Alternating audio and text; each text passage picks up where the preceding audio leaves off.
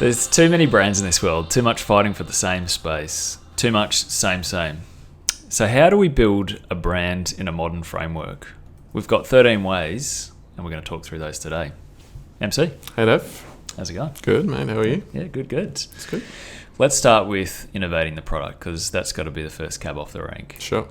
Innovating the product's one of the most critical ways to build a brand. Now, it's easier said than done. Yes. And I would make the argument that you really need, as a business founder or as a brand manager, that you have to step away from your brand to really innovate and to do something that's unique in your marketplace. But it is the way that you can differentiate. And in the toolkit, in your framework, being able to innovate is probably the most important thing you can do. Yeah. And why do you think you need to step away? Is that because if you're too close to it, you think you might be innovating when you're not really, or?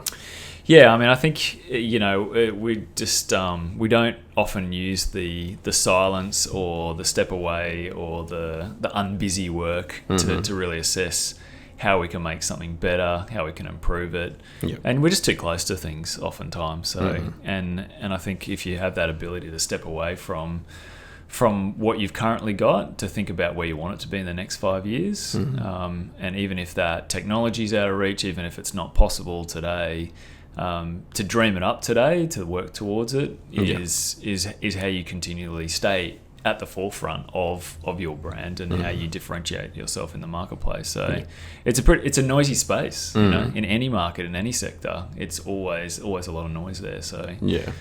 I mean, the biggest thing for me with innovation is always the idea of innovation that does make it better, like you were talking about there. So I think that's a important thing when you're sort of considering, as you say, taking that time, how to evolve your product, even as maybe a different word.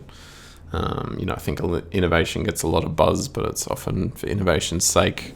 Absolutely. Which, may appeal to some consumers in some spaces. They might get bowled over just because something is different. But, I think the longer term success is always going to come from something that's just better rather than innovative. Oh, for sure. And like we talk about depth, and I mean, that is the premise of this podcast, is how you build more depth into your brands. And as you say, it's got to have substance. Innovation has to have some level of substance behind it to make a meaningful difference. Otherwise, your customer's just going to interact with it.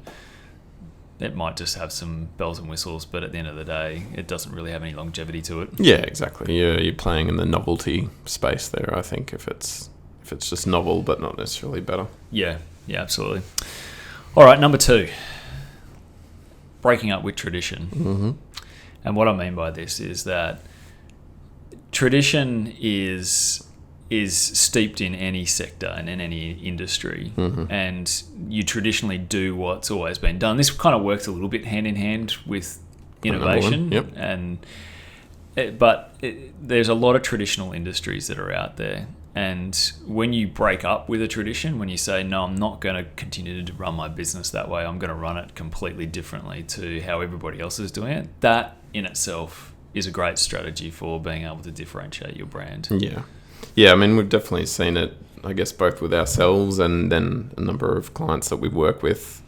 I love it when you see someone, I guess, break down almost like every layer of what they do and try and think about how they can do it differently. And again, as we said with point 1, like for the better of the consumer or, the better of the business sometimes. But just that, I guess, methodical approach and just questioning, as you say, just because it's the way it's been done before, like, throw all those assumptions out the window and just think about things, from the betterment of the customer and the betterment of your brand.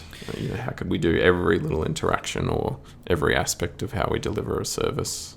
Absolutely, yeah. And I think that's the thing is, when you have this convention of normal, if you just deviate away from normal, even just by 5%, that's probably going to seem awesome in the eyes of your customer. And so, that strategy, you can never underplay that, because there's a big opportunity there, I think, in the brand framework to be able to do more in that area. Sure. Simplicity. It's a big one. Number 3, yeah. Number 3.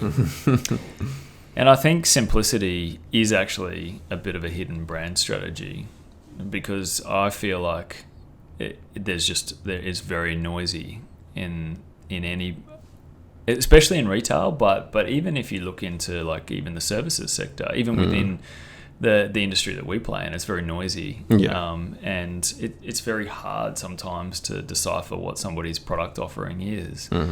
But how much do you love it when you go into even a retail store and they've just cut it back to the bare essentials of what's required. They take the decision-making process out of it. And this is the thing, we know that we're fatigued as customers. We're fatigued by what's coming at us every day. We're fatigued by how much information we have to take in. Yeah.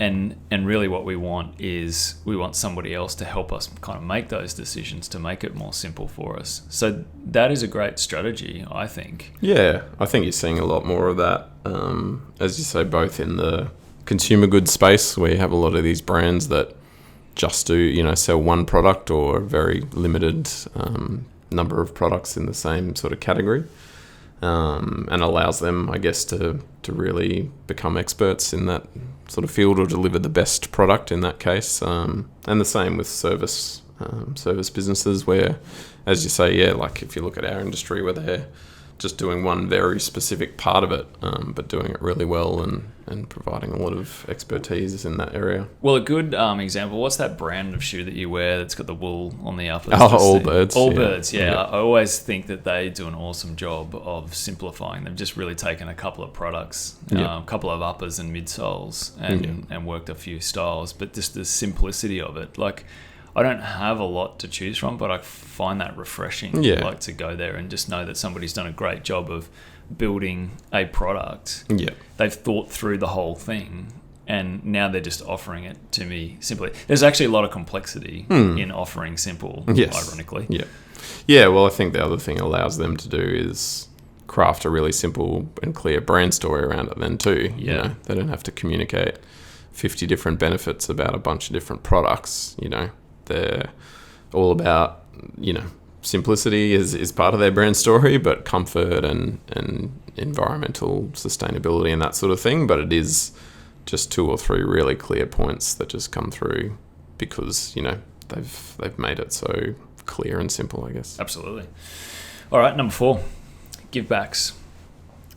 I think we've talked a little bit about brands with social conscience in other podcasts, but I think this is going to be an ongoing topic for years to come about how deep a brand gets in the social conversation, how they are able to surface the way that they operate ethically, and I think brands have a huge responsibility as well, because I firmly believe that they outpace governments in many ways. I mean, governments are there to kind of help regulate the environment, but I think that brands should really be taking a lead on many of the issues. And I don't think if you've got a brand like Doritos, for example, who to me sometimes are the epitome of corporate America, but they were doing like rainbow coloured corn chips to support the whole gay pride thing. And I think if a company like that can do it,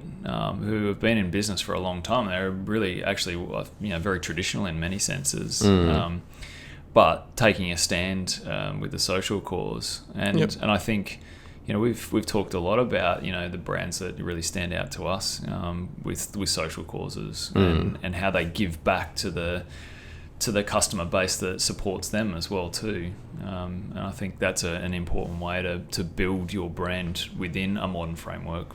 Yeah, I think it's becoming more and more of an expectation, from consumers. So certainly, I guess, being aware in particular of, the social landscape, particularly if there is something that aligns really well with your brand or sort of the community that you cultivate, if there's something that they care about and you want to contribute to that, I think that really helps. Absolutely, yeah. The footnote on this as well too is like, buying like a goat for a Somalian family is a nice thing to do, but if you're a business lender, like for example, like that's what the business you're in, maybe you want to align yourself with somebody like Kiva, for example, or you know, you want to, you know, help people out of poverty. Like find something that aligns with your brand nicely. Yeah, because I think the flip side or danger potentially there is that if it's disingenuous, you know, that you're sort of seen to be potentially just piggybacking a cause for your own good, you know, that's kind of the double-edged sword of it. Yeah, absolutely. I think that's a good point. Well, we saw it recently with the bushfires in Australia and how, you know, some brands, you know, tried to do some alignment, some fast-paced alignment there and it just came off as opportunistic. And almost even a little bit insensitive. Yeah. So, yeah, I think you got to be careful. Yep, for sure. Number 5. This really goes to business model as much as it does to brand, but cutting out the layers. Like we're seeing this across the board in a lot of different industries where, you know, the company is getting much closer to the customer, and we're taking out the layers. Back in the day, Nike would distribute through a distributor in a country. That distributor would then sell it to retailers. The retailers would then sell it to the customers. Now you're seeing, you know, Nike being much closer and more direct in pretty much every market around the world. So I think, you know, there's that opportunity to like, you know, cut out the layers and also in the process cut out some of the unnecessary costs that goes into, you know, your brand as well. Yeah. So it's both great from a margin standpoint, but it's probably better for the customer as well too in many ways. But if you're going to be direct to a customer, you have to get good at that skill set as well too. There's many great wholesalers who are not great retailers, and so I think it's something that's got to be built over time. Yeah, for sure. This definitely for me goes hand in hand with that simplicity when we were talking about before. You know, those simple, you know, consumer brands that are now selling directly, and it feels very much, you know, we talked recently about social media, but the idea that you essentially see a post on Instagram, hit the shop now button, and you're a couple of clicks away from having that product. You know, that's so much more direct than it ever used to be. So yeah, it's interesting. I mean, do you see much of this happening in the service industry side of things? Well, it's interesting with the service game, because in services you are fairly direct to customer. There's not really so much movement. If anything, you actually kind of see it going a little bit the other way in the services game, where you're finding that there's many like white labeled agencies out there, and so you might be dealing with, you know, somebody who's front facing from another company who's then using a white labeled service to deliver it. So in many ways, I've actually seen some of the services businesses going the other way, where they're using, you know, more traditional white label. Yeah. What are you seeing out there? Anything interesting? No, I think you're right. I guess maybe if the service companies are specializing more or getting better at that customer service side of things, and they're just then good at bringing the people together behind the scenes, you know, maybe that's still better for the customer anyway. Yeah. So yeah, I guess I can see it going both ways. I mean, if you reframe that cutting the layers thing to be more purely about just knowing your customer better and having a more, you know, I guess empathetic relationship with them, and, you know, cultivating that feeling, then it probably doesn't matter as much how you get it done behind the scenes. It's just about delivering on that. Yeah, I mean, I think cutting the layers also could apply to, you know, different models in the professional services games as well too. Like you're seeing more professional services firms partnering up, finding other types of services to offer alongside their core offering, maybe working from co-working spaces to keep the rent overhead down. You know, looking at a whole range of different things like, you know, products that they can sell, which are almost software products. So they're augmenting like that personalized service with, you know, digital products as well. Yeah. I mean, you could also make the argument that, especially in some more traditional industries, they're sort of, I guess, cutting the layers of formality as well. Exactly, yeah. Making it a lot more personable and approachable. Yeah, for sure, yeah, absolutely. All right, number 6, character. Character amongst a dull landscape. And it can be a bit dull out there at times. And I think the interesting thing is, humans are full of character, but businesses generally across the board are not, and therefore, we get this mismatch. I think that people just can't really align with that dullness, and so I think oftentimes the company that wants to come across as a bit dull is going for the safe option.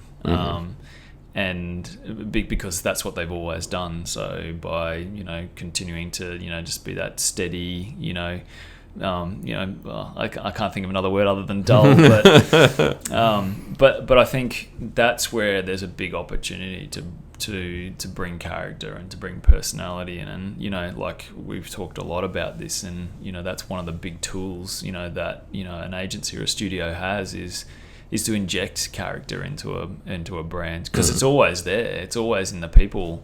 You sometimes see these companies that are front facing, and you think, oh man, this is going to be tough working with this client, and then it turns out that there's lots of regular cool people working behind the scenes, but it's just not being surfaced. Yeah.